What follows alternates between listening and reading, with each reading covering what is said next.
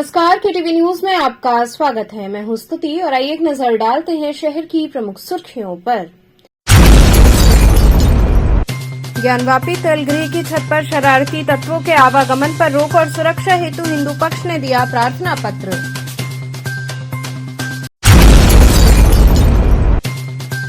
मोनिका पाल के हत्यारों की गिरफ्तारी न होने से ग्रामीण और परिजन भड़के। कपसेटी पुलिस की हीला हवाली का लगाया आरोप।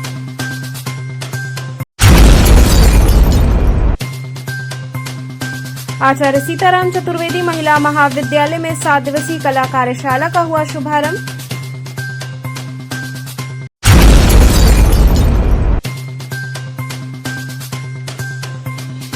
और डीएवी पीजी कॉलेज में आयोजित 2 दिवसीय व्याख्यान का हुआ समापन। और अब खबरें विस्तार से। ज्ञानवापी तलगृह की छत पर शरारती तत्वों के आवागमन पर रोक और सुरक्षा हेतु हिंदू पक्ष ने अदालत में प्रार्थना पत्र दिया। ज्ञानवापी तहखाना मामले को लेकर के हिंदू पक्षकार की ओर से जिला जज की अदालत में प्रार्थना पत्र दिया गया है, जिसमें तहखाने की छत के ऊपर नमाजियों पर रोक लगाने की मांग की गई है। तहखाने की सुरक्षा और हिंदुओं की आस्था का हवाला देते हुए इसकी मांग की गई है। जिला जज की अदालत में इस मामले में 19 मार्च की तिथि निर्गत हुई है।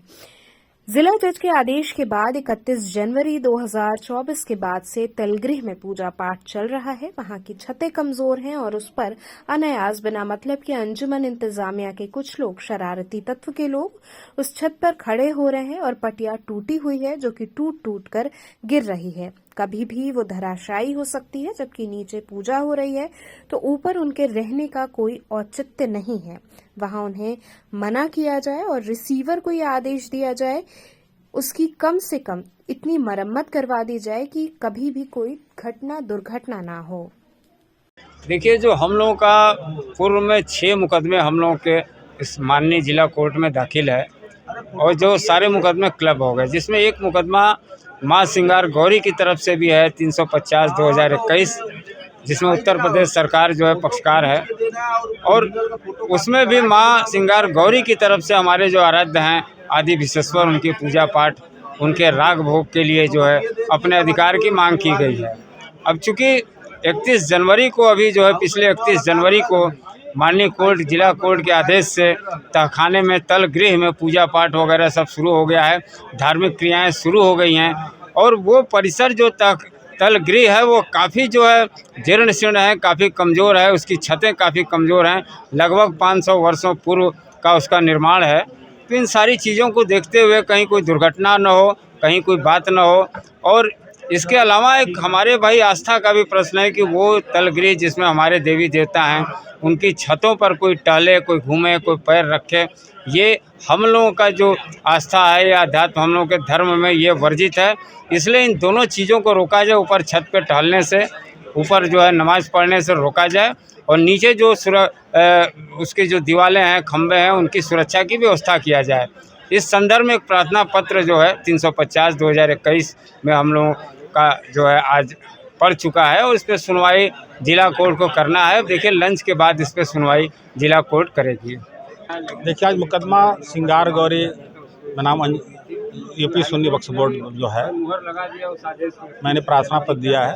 वो हमारे संवादी मुकदमा हैं राम प्रसाद जी, उन्होंने प्रार्थना पत्र से आशय का दिया है कि 31 जनवरी के बाद 31 जनवरी 2024 को जो आदेश हुआ जिला जज का, वहाँ पूजा पाठ चल रहा है, छतें कमज़ोर हैं, जो तलगृह में पूजा पाठ हो रहा है और उस पर अनायास बिना मतलब के अंजुमन इंतजामिया के कुछ लोग जो शरारती तत्व टाइप के हैं, उस छत पर खड़ा हो जा रहे हैं और पटिया टूटा हुआ है, उस टूट के गिर रहा है।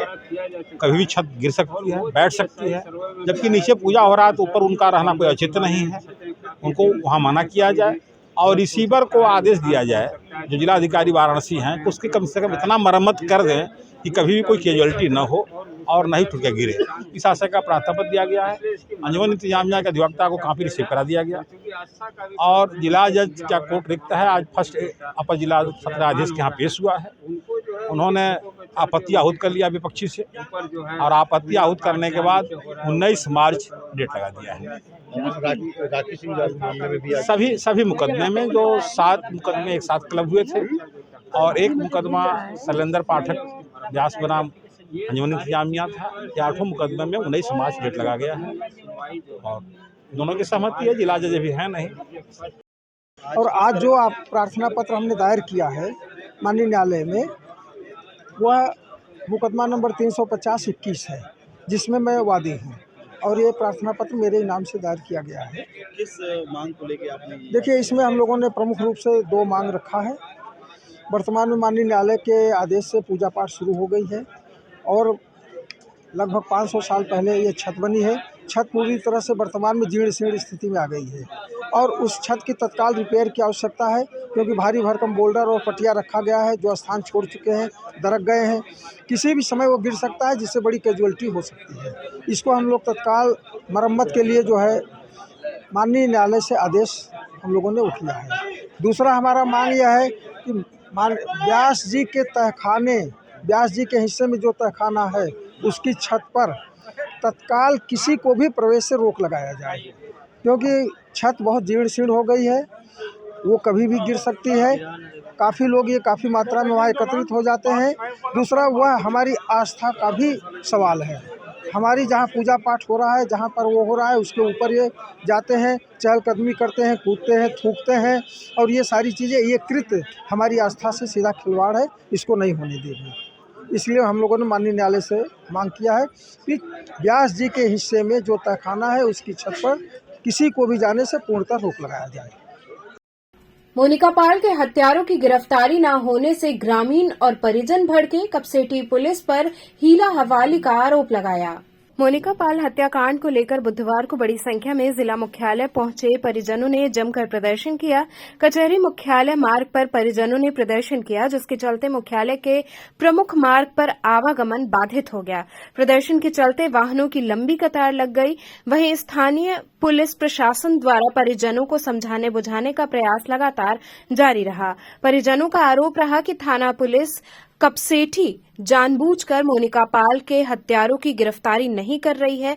राष्ट्रीय धनगर महासभा के बैनर तले हुए प्रदर्शन में लोगों ने कहा कि हत्यारों की गिरफ्तारी न होने से समाज में आक्रोश व्याप्त है। अगर 1 सप्ताह के अंदर मोनिका पाल के हत्यारों की गिरफ्तारी नहीं हुई और थाना प्रभारी कपसेठी को निलंबित नहीं किया गया तो हम 6 मार्च से अनिश्चितकालीन धरना प्रदर्शन करने को बाध्य होंगे। बता दें कि विगत 21 फरवरी को लखनऊ वाराणसी इंटरसिटी एक्सप्रेस में बोरे में बंद मोनिका पाल का शव मिला था। मामले में 1 सप्ताह बीत जाने के बाद भी आरोपियों की गिरफ्तारी न होने से परिजनों में बेहद आक्रोश है।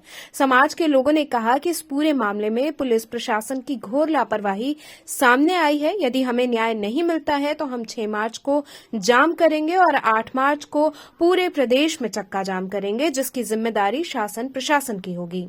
परिजनों और ग्रामीणों ने प्रदर्शन करते हुए पुलिस कमिश्नर मुथा अशोक जैन को न्याय की गुहार लगाते हुए ज्ञापन दिया। इस विषय में पुलिस कमिश्नर ने बताया कि मामले की विवेचना चल रही है। जो अभियुक्त हैं उसके विरुद्ध जानकारी करने का पूरा प्रयास किया जा रहा है। इसमें एसओजी की टीम लगी हुई है, साथ ही थाने की टीम भी कार्यरत है। इस विषय में ग्रामीण और परिजनों की जो चिंताएं थी उसे उन्होंने हमें अवगत कराया है। हमने उन्हें आश्वासन दिया है कि इस मामले में निष्पक्ष जांच होगी और तथ्यों को आपके सामने लाया जाएगा।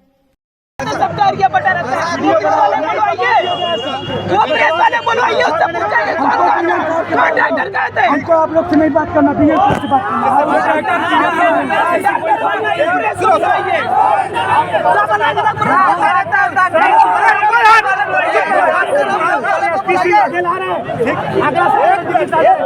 भैया सुनिए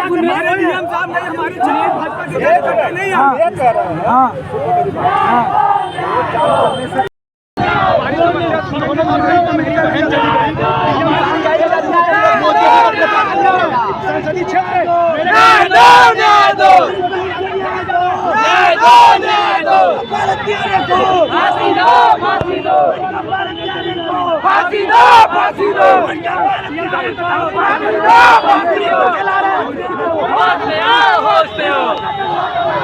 ये इसलिए आया था, मैं कल ही आ गया था और कल कम से कम मैं 15-20 गाड़ियां लेके इनके गांव गया था जहां घटना घटित हुई थी।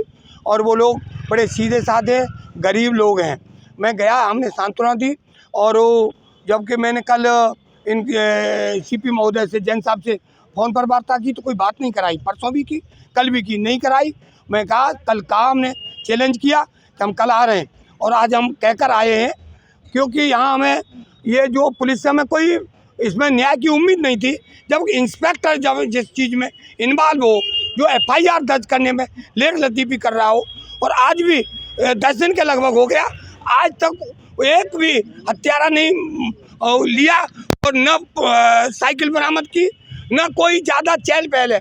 तो आज हमने इस पुलिस पर दबाव बनाया है और पुलिस प्रशासन मुर्दाबाद और ये पुलिस की गुंडई नहीं चलेगी, ये सारे आज नारे लगाए, आप देख भी रहे थे।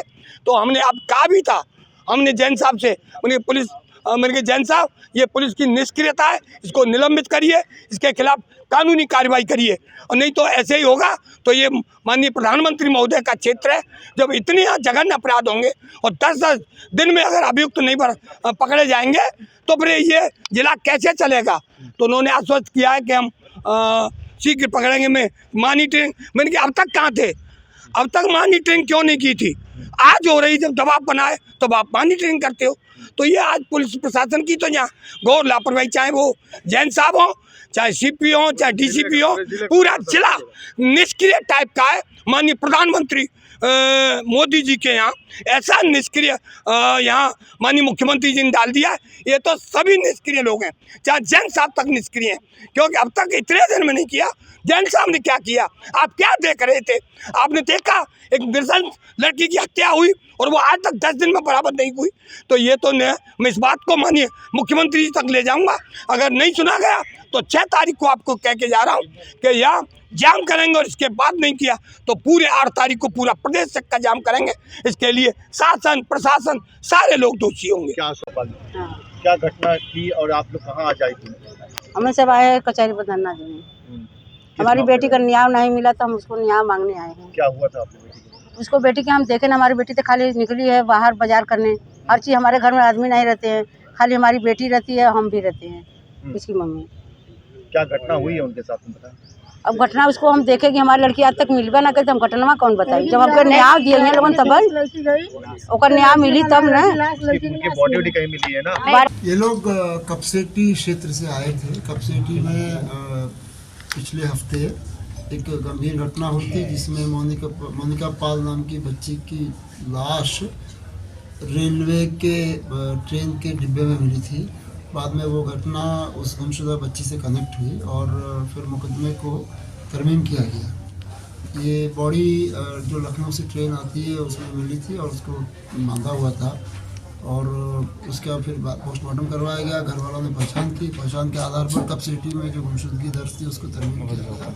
उसकी विवेचना अभी चल रही है और जो उसमें अभियुक्त है उनके बारे में जानकारी करने के पूरे प्रयास किए जा रहे हैं। उसमें हमारी SOG टीम भी डे 1 से कार्यरत है और थाने की टीम भी कार्यरत है, और उस क्षेत्र के जो अधिकारी है वो प्रयास कर रहे हैं। उसी क्रम में परिवार के लोग और उनके साथ समाज के लोग आए थे और उनकी जो चिंताएं थी उससे उन्होंने मुझे अवगत कराया है, और मैंने उन्हें भरोसा दिलाया कि इस केस को हम एकदम निष्पक्ष रूप से विवेचना करके तथ्यों को आपके सामने। परिजन का सर आरोप है कि 9 दिन से ज़्यादा बीत गए हैं लेकिन अभी तक आरोपी नहीं पकड़े गए हैं। वहीं अगर बात करें तो जो SO हैं उन पे भी जो है लापरवाही का आरोप लगाया कि हमने पहले घटना की जानकारी दी थी लेकिन अभी तक उसको जो है ना उन्होंने दर्ज नहीं किया। जी, उन्होंने अपनी बात रखी है और उसके संबंध में भी मैं समीक्षा करूँगा।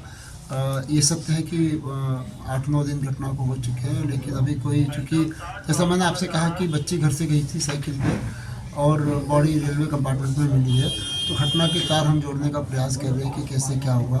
तो जल्दी से मैं समझता हूँ कि पूरी चीज़ आपके सामने आएगी, और यदि किसी स्तर पर कोई लापरवाही हो तो वो भी देखा जाएगा। ठीक।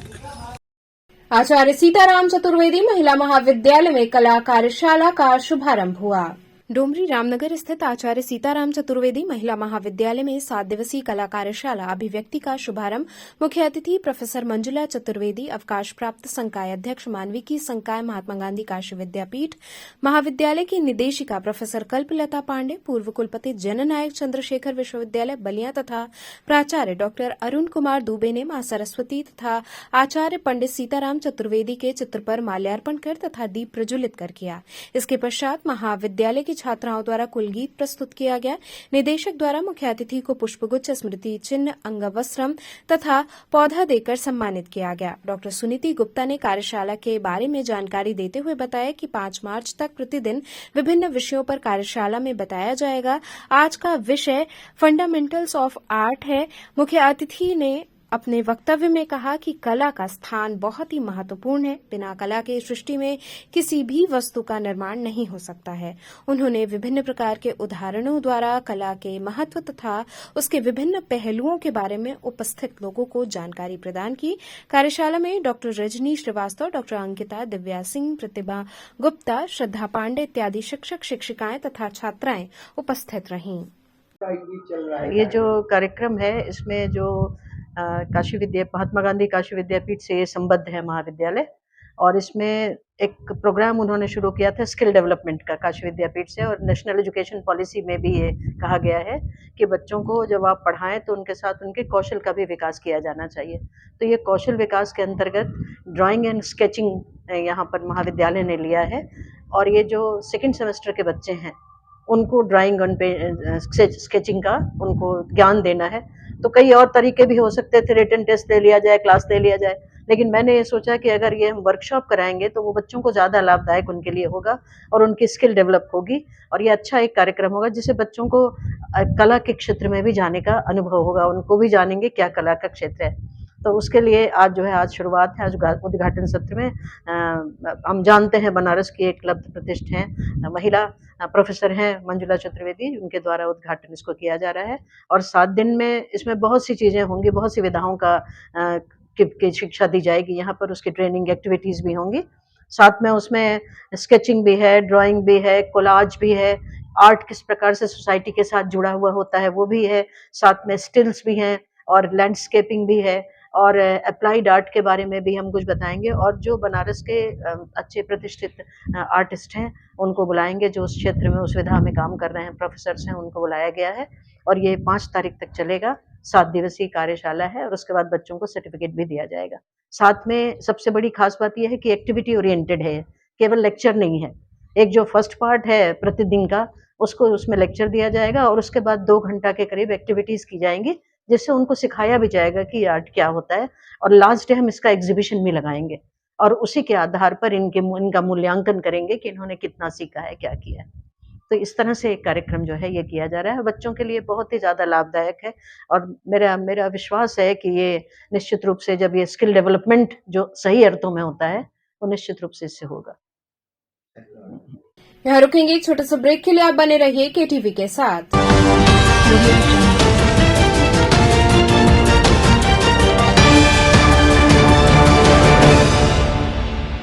शिवानंद पब्लिक स्कूल छात्र छात्राओं हेतु वातानुकूलित छात्रावास की सुविधा, हर तिमाही युक्त खेल का मैदान, इंडोर गेम आउटडोर गेम की सुविधा, जिम, योगा, ध्यान की विशेष कक्षा, NCC ABC सर्टिफिकेट तथा करियर काउंसलिंग की सुविधा, विज्ञान, कला तथा कॉमर्स के साथ वैकल्पिक विषयों की एक लंबी श्रृंखला, कम फीस में उत्कृष्टतम अध्ययन की व्यवस्था, शहर के सभी क्षेत्रों में बस की सुविधा, विज्ञान, कंप्यूटर तथा सभी आधुनिकतम प्रयोगशाला उपलब्ध, audio video classes, Swami Harsivanand public school and hostel, शिक्षण समूह शाखाएं Garhwa Ghat, Ramna, Varanasi. Phone number 9554995413, Jagatganj Varanasi. Phone number 7408457111, Vanpurwa, Ramna, Varanasi. Phone number 9554955412, railway station road, Churk, Sonbhadra. Phone number 7081109710, Marsara, Ghorawal, Sonbhadra. Phone number 955496319495 एवं स्वामी हरसिवानंद महाविद्यालय चुर्क, सोनभद्र। Phone number 7081109711।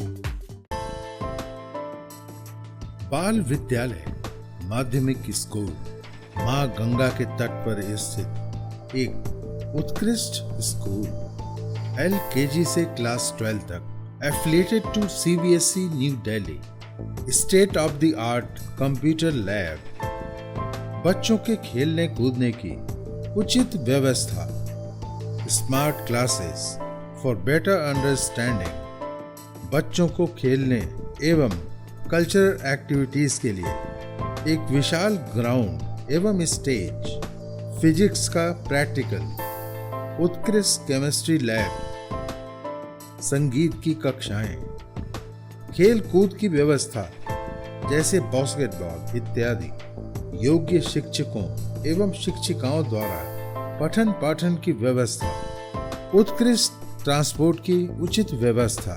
आज ही प्रवेश हेतु संपर्क करें बाल विद्यालय माध्यमिक स्कूल, प्रहलाद घाट, वाराणसी। मोबाइल 8009181568 एवं डुमरी पड़ाव, वाराणसी। मोबाइल 8009181549। खबरों से जुड़े रहने के लिए हमारे चैनल KTV वाराणसी को सब्सक्राइब करें और लेटेस्ट अपडेट्स के लिए बेल आइकन को प्रेस करें।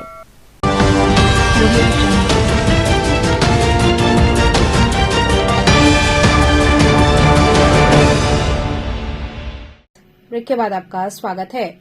DAV PG कॉलेज में आयोजित 2 दिवसीय व्याख्यान का समापन हुआ। DAV PG कॉलेज में दर्शन शास्त्र विभाग में चल रहे ICPR नई दिल्ली द्वारा आयोजित 2 दिवसीय व्याख्यान के अंतिम दिन विभिन्न विषयों पर चर्चा की गई। मुख्य वक्ता इलाहाबाद विश्वविद्यालय दर्शन शास्त्र विभाग अध्यक्ष प्रोफेसर ऋषिकांत पांडे ने विश्लेषणात्मक दर्शन की उत्पत्ति एवं विकास पर प्रकाश डालते हुए कहा कि विश्लेषणात्मक दर्शन का प्रत्यक्ष संबंध भाषा के विश्लेषण से है। दर्शन शास्त्र में तत्वमीमांसा की कोई समस्या नहीं है, अपितु वो भाषा के गलत प्रयोग से उत्पन्न हुई समस्या है। दूसरे सत्र में मुख्य वक्ता दिल्ली विश्वविद्यालय के पूर्व प्रोफेसर HS प्रसाद ने बौद्ध धर्म में निहित तार्किकता एवं नैतिक मूल्यों पर प्रकाश डाला। कार्यक्रम का संयोजन डॉक्टर संजीव वीर सिंह प्रियदर्शी ने किया। स्वागत डॉक्टर संजय सिंह एवं धन्यवाद ज्ञापन डॉक्टर रामेंद्र सिंह ने दिया। इस अवसर पर प्रोफेसर सतीश कुमार सिंह, प्रोफेसर प्रशांत कश्यप इत्यादि लोग उपस्थित रहे।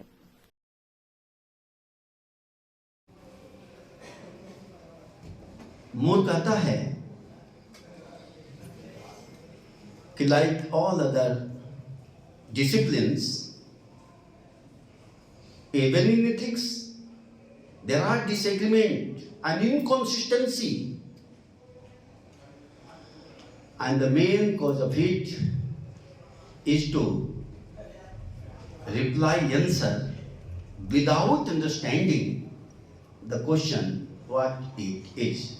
रविदास घाट पर कराहा पूजन किया गया। हीरा भगत ने खौलते खीर से स्नान कर भक्तों को प्रसाद दिया। नगवा में पूर्व की परंपराओं के निर्वहन के क्रम में धार्मिक अनुष्ठान का आयोजन किया गया। ये विशेष अनुष्ठान पहली बार रविदास घाट पर आयोजित हुआ। यह आयोजन नारायणी देवी शीतला माता के सेवक राजेंद्र यादव और गोलू यादव द्वारा कराया गया। इस दौरान हीरा भगत ने खौलते हुए खीर से स्नान किया। खौलते घी की कड़ाही से अपने नंगे हाथों द्वारा पूरी छाना गया। इस अनुष्ठान में आए हुए दर्शनार्थियों को प्रसाद के रूप में खीर, पूरी और चना वितरित किया गया। इस विशिष्ट अनुष्ठान को देखकर आए हुए श्रद्धालु आश्चर्यचकित रह गए। मान्यताओं के क्रम में महिलाओं द्वारा देवी गीत और पचरा गीत भी गाया गया। इसके उपरांत भंडारे का भी आयोजन हुआ। पूजा को लेकर आयोजकों का अपना तर्क है। उनका कहना है कि देवी मां और प्रभु श्री कृष्ण को प्रसन्न करने के लिए ये पूजा कराई जाती है। पूजा के आयोजक राजेंद्र यादव बताते हैं कि भगवान का प्रसाद होने के चलते खौलते खीर से शरीर को किसी तरह का नुकसान नहीं होता है।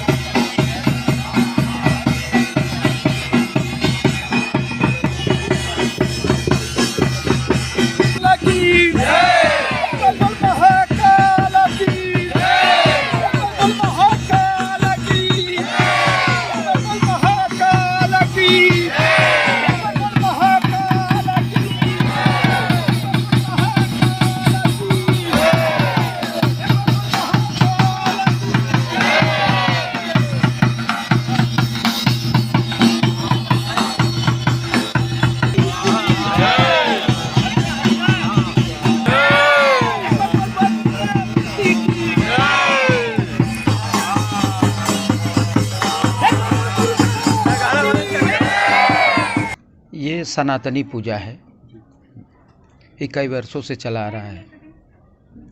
क्यों क्यों किया जाता है कड़ाहा पूजन, क्या होता है इसके पीछे, रीजन क्या होता है? इसके पीछे रीजन है कि जैसे इस पूजा से पर अपने जैसे पुत्र धन धान्य समृद्धि सुख शांति, इसके लिए ये यज्ञ होता है। आज कहाँ पे हुआ है? आज ये हुआ है यहाँ नगवा पर। यहाँ पे कितने सालों से आप कड़ाहा पूजन दे रहे हैं? यहाँ तो ये पहली बार दिए हैं। क्या होता है कड़ाहा पूजन में? क्या कड़ाहा पूजा में ये भगवान कृष्ण का, माँ आदिशक्ति महामाया का ये पूजा है। ये पूजा में क्या खास है कि दोपहर में ही होता है? ये सनातनी पूजा, ये पहले से ही ये नियम है। तो नियम में तो दोपहर में ही क्यों ये पूजा होता है? हाँ, तो दोपहर में होता है। ये भगवान कृष्ण का पूजा है, ये दोपहर में होता ही है।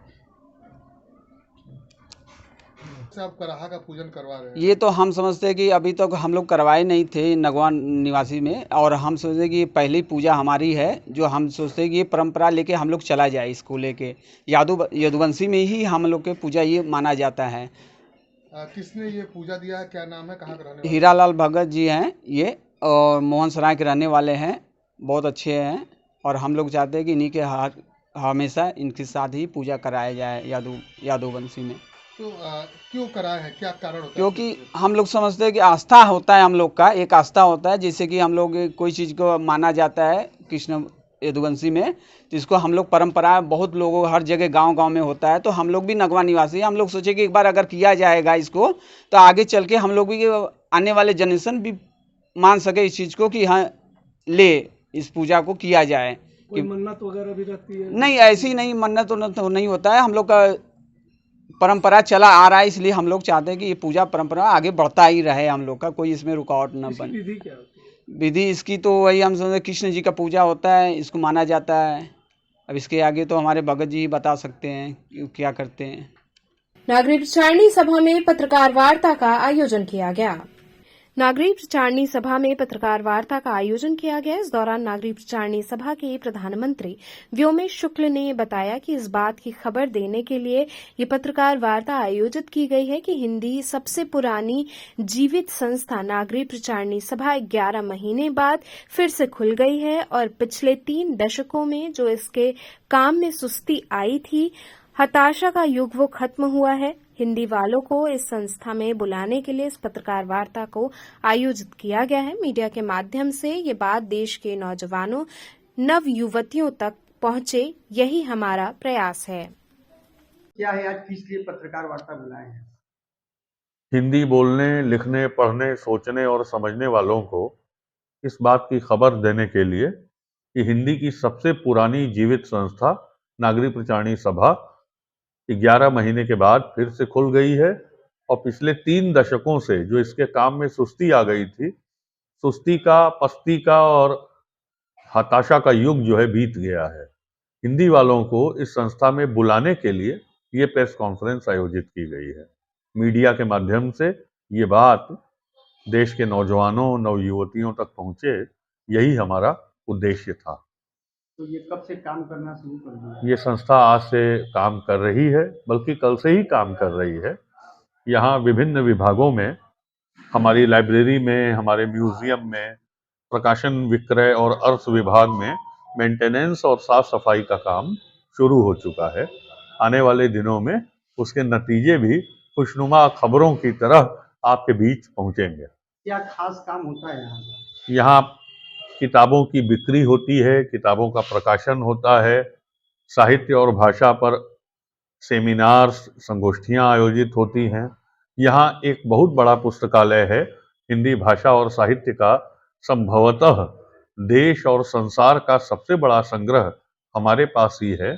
आर्य भाषा पुस्तकालय नाम के इस पुस्तकालय में हिंदी के दुर्लभ ग्रंथों का, हस्तलिखित पांडुलिपियों का खजाना है। शोधार्थी, हिंदी के विद्यार्थी वहाँ पढ़ने आते हैं। ये सिलसिला बीच में कुछ अवरुद्ध हो गया था, अब शुरू हो गया है। खासकर कौन देखता है ये संस्था? इस संस्था को एक कमेटी देखती है। तमाम संस्थाओं की तरह इस संस्था को भी एक कमेटी देखती है। उस कमेटी का चीफ मुखिया मैं हूँ। हम लोग चाहते हैं कि नई पीढ़ी को इस संस्था से जोड़ा जा सके। नई पीढ़ी यहाँ आके पढ़े लिखे, हिंदी में ज्ञानोत्पादन हो, नॉलेज प्रोडक्शन हो हिंदी में।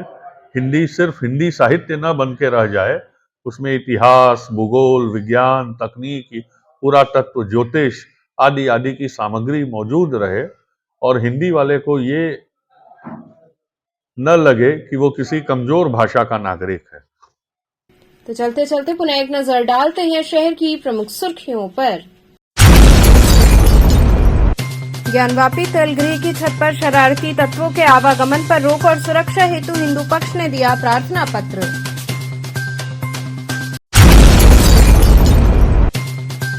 मोनिका पाल के हत्यारों की गिरफ्तारी न होने से ग्रामीण और परिजन भड़के, कपसेटी पुलिस की हीला हवाली का लगाया आरोप।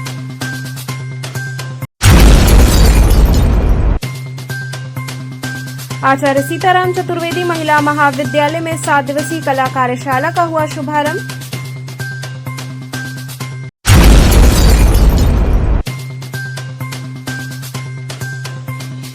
और डीएवी पीजी कॉलेज में आयोजित 2 दिवसीय व्याख्यान का हुआ समापन। तो थे आज के समाचार, कल फिर होगी मुलाकात, तब तक के लिए नमस्कार।